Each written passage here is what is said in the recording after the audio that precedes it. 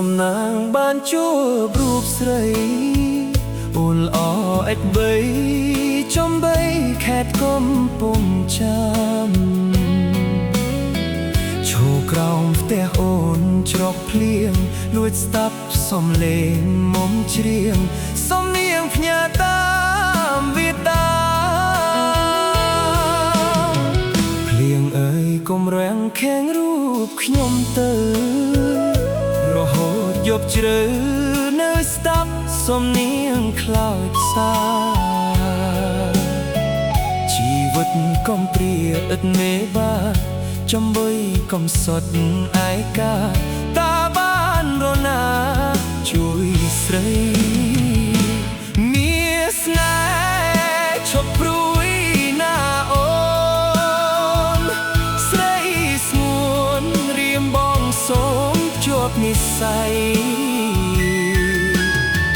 ដោយច័ន្ទពេញវងមានរស្មីអ្នកជួយបំភ្លឺរាត្រីចៃដន្យជួបស្រីគឺព្រេងវាសនាព្រៃឈរភូមិថ្មីដីចំកាលើស្រីតូចជុំទៅជឿចិត្តបងចុះណាថ្លៃបងនឹងត្រឡប់មកជាថ្មីមកនាំយកអូនណាស្រី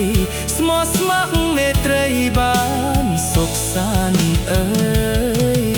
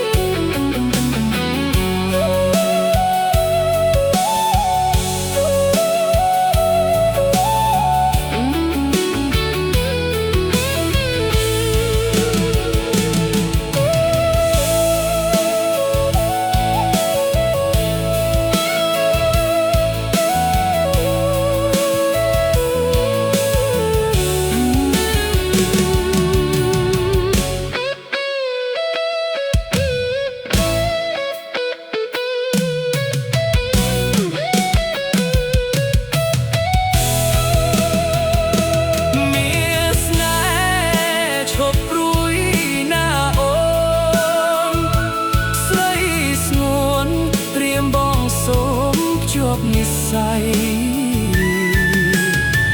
ដូចច័ន្ទពេញវងមានរស្មី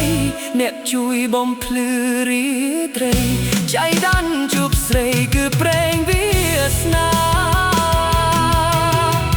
ត្រីឈរភូមិថ្មីដីចំកាលើស្រីតូចជុំទៅ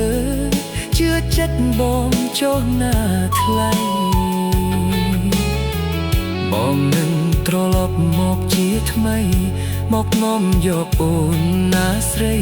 ស្មោះស្ម័គ្រមេត្រីបា